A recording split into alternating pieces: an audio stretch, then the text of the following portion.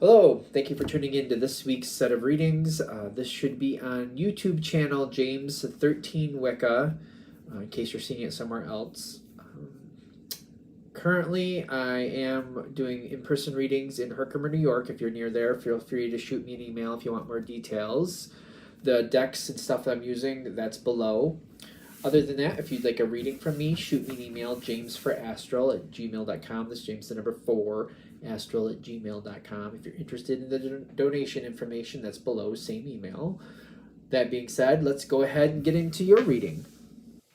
Hello, Aquarius. Thank you very much for tuning in to this week's read. These readings are valid for whenever you come to them. That being said, what do we have for Aquarius? A lot of earth right off the bat. So there may be an opinion or a feeling you have about some subject that, yeah, you got earth here too, the Knight of Earth. There's some opinion that might be holding you back.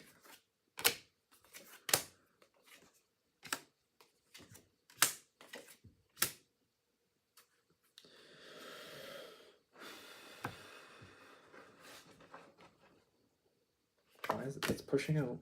You had a couple cards flop right out. Like they flew onto the floor, and I was like, I was gonna put them back in, but then they pushed right, they stabbed me in the hand. And I'm like, no, we're not supposed to be in the deck. We're supposed to be out here on the table. So,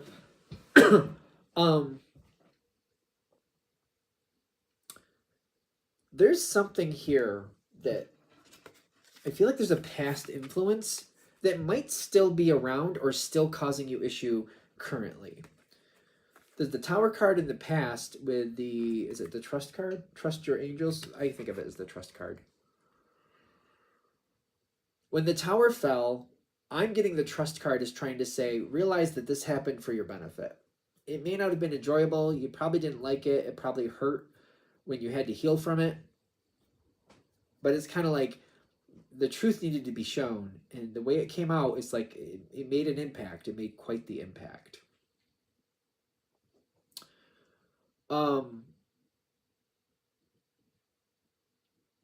You don't have any fear over this.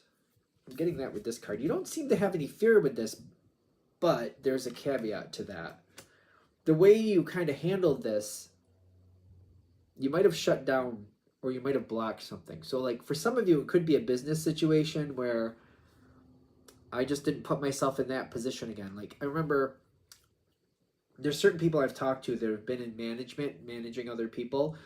And however that, I mean, I've heard stories, but like due to how things played out, they're just like, they won't take another position in management again. Very commonly, sometimes people get out of relationships that are very abusive or bad in some version, abusive in some version, and they just don't let themselves get attached to somebody like that again, and it causes damage.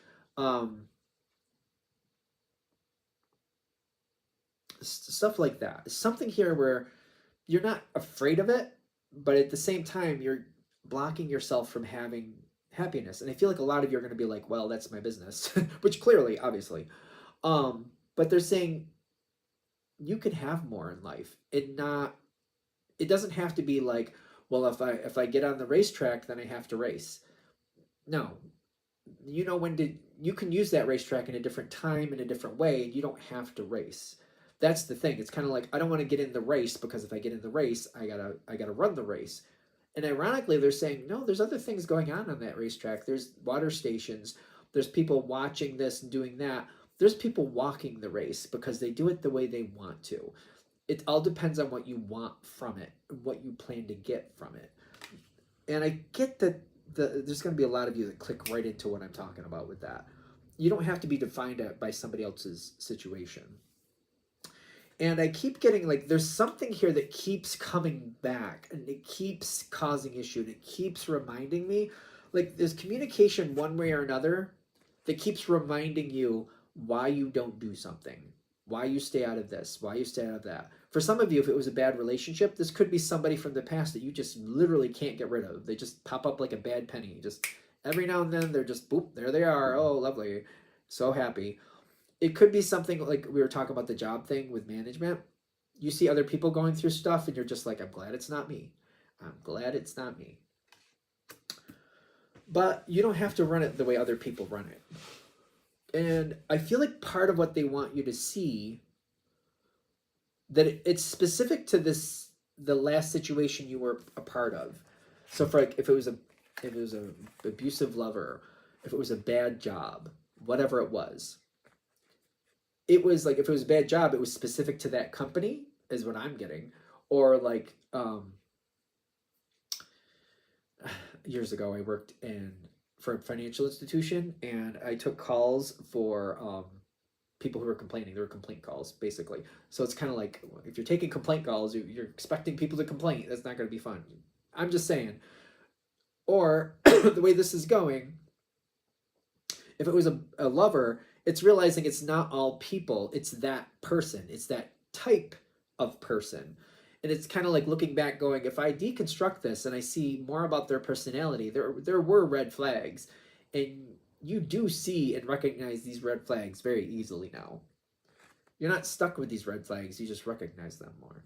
And they're like, you're probably at the precipice, if you're not already there, to where you're kind of realizing, all right, there was a situation in the past that caused me a lot of pain that I'm staying away from. But the more I think of it, it was that specific person. It's not all people. It was that specific job. It's not all jobs. I could still get a job in management, and it doesn't have to be like that. I could still find another partner, and it doesn't have to be that abusive person like I had in the past. And I feel like analytically, you get it. Unfortunately, do you get it emotionally?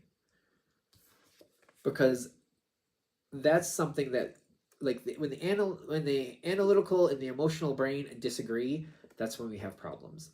Analytically, be like, this can make sense. I can do this. Emotionally, you're like, nope, not going there. And it becomes a very hard, difficult struggle to get through. Your card here is at the bottom. You're in your power moment for this situation. I feel like it's not just about understanding it analytically.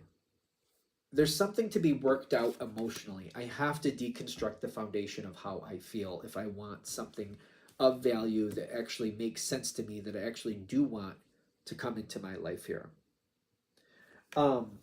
Because whatever the problem is in the past, that Tower card created its own foundation. It created its own, like, I don't want to do that again. I don't want to set myself up like that again. I don't want to go through that again. So emotionally, anytime I get near something like that, I'm very uncomfortable and I'm very unhappy. Analytically, I get that I should be fine. Emotionally, I'm like, I don't think so. We're not doing this. Nope. Can't help you.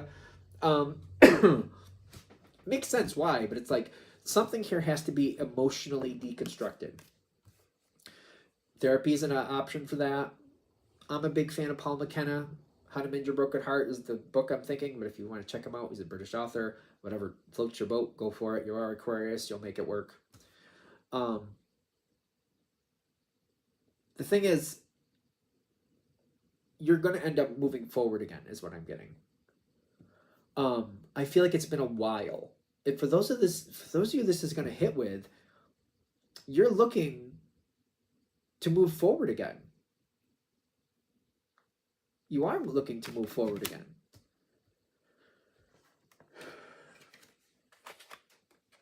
You've made up your mind and you've decided, I'm not going to let that define my past. The reason this reading is hitting, if this is hitting, is kind of like that emotional side. If it's not deconstructed, if it's not dealt with, it will sink the ship on you. Analytically, you're very, very strong, clearly. But that emotional side is stronger than you think. And it can go anywhere from just running scared to self-sabotage. That emotional side will cause issues. If it's not dealt with, even though you're like, I'm going to do this, and analytically I can figure it out, that emotional side is going to cause a lot of stress. It's going to cause a lot of stress. And I feel like it's going to kind of branch off and make people really wonder, like, why are you here, Aquarius? You say you want to do this, but it doesn't, your actions don't always support that. You seem to have this weird look on your face, like, you know, somebody's about to get shot. Like, it really looks kind of, you look very nervous, like, what's going on? It's going to cause some damage there. This doesn't have to be this way.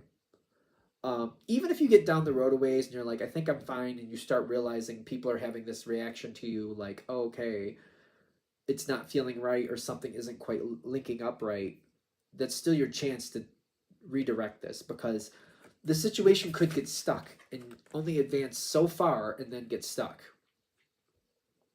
So, like, for one example I would give, is kind of like, I go and I'm willing to work at this company, but I'm just like, you know what? I don't really want this management position. Put me over here. I can't do this. I'll help, I'll support, I'll even fill in for that position once in a while, but I can't do it. Another version is kind of like if you're dating somebody and you're like, I don't feel comfortable living with somebody. We can date, we can be partners like this, but you live where you live, I live where I live, and we'll just take care of our own bills. And that might be as far as you can go, and it might stagnate it. And the thing is, with both situations, you might find a point where you're like, I can live this way, I'm at peace, but the person or situation you're dealing with may have different feelings on that. And even though you become comfortable and you're like, I can do this, they might be like, I can't, and we're going to have to part ways. So they're trying to give you a heads up before this ends up down that road anyway. This is where these 3 cards came out. Step into the spotlight, let go, and don't give up. It says don't give up on love, but don't give up, basically. That's what this one says. Don't give up. Let go of whatever. Find a way to let go and step into that spotlight. There's a lot of analytical work to be done, but it's not about that. Even though this is the Knight of Swords, it's not about that. It's about working out the emotional side. It's going to take a lot of mental work to do it. It will take a lot of mental work to go through it and sort through it, but there's a lot of emotion. A lot of emotion that needs to be handled and drained out of the situation. You definitely have what it takes to do this. If you're watching this reading and it's hitting, you're set up for success. You're meant to overcome it. You do have what it takes. You definitely do. Again, I'm one of those people. I did the Paul McKenna thing. It helped me a lot. But then again, having a therapist also helps too, because they see things you don't see. Whatever works for you. There's a lot of different gurus out there. There's a lot of different meditation techniques to sort out things, get to the root of things, figure out where it came from, and then deconstruct it. Whatever works for you, it's going to take that work to get this to move forward, to get it to where you actually will be truly happy. And so the Tower card that happened in the past doesn't control your life. I do get that once you step through that threshold, I'm getting that you're not going to just go 2 feet and head out. I feel like once you step through it, you will end this problem in your life. It will take more work. It's not like it's just one step and done. It's not like that. It's more like, well, I started working on it. I'm not gonna stop now. You're gonna see the more you work on it, the more benefits you get from deconstructing it, taking away the power from that history and putting it back where it belongs, in your power. And the more you do it, the better you're gonna feel, the more you're gonna want to do it, is kind of what I'm getting. I don't feel like it's going to be a labor of, you're not going to enjoy it. You're going to enjoy the results. It's kind of like, in my opinion, it's like working out. Liking the results, maybe you don't enjoy the actual working out part, but you like the results. One of those things.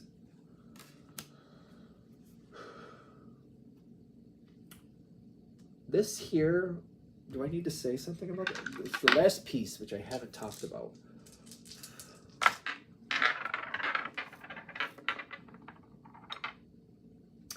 That Strength card comes back, and then the 5 of Cups.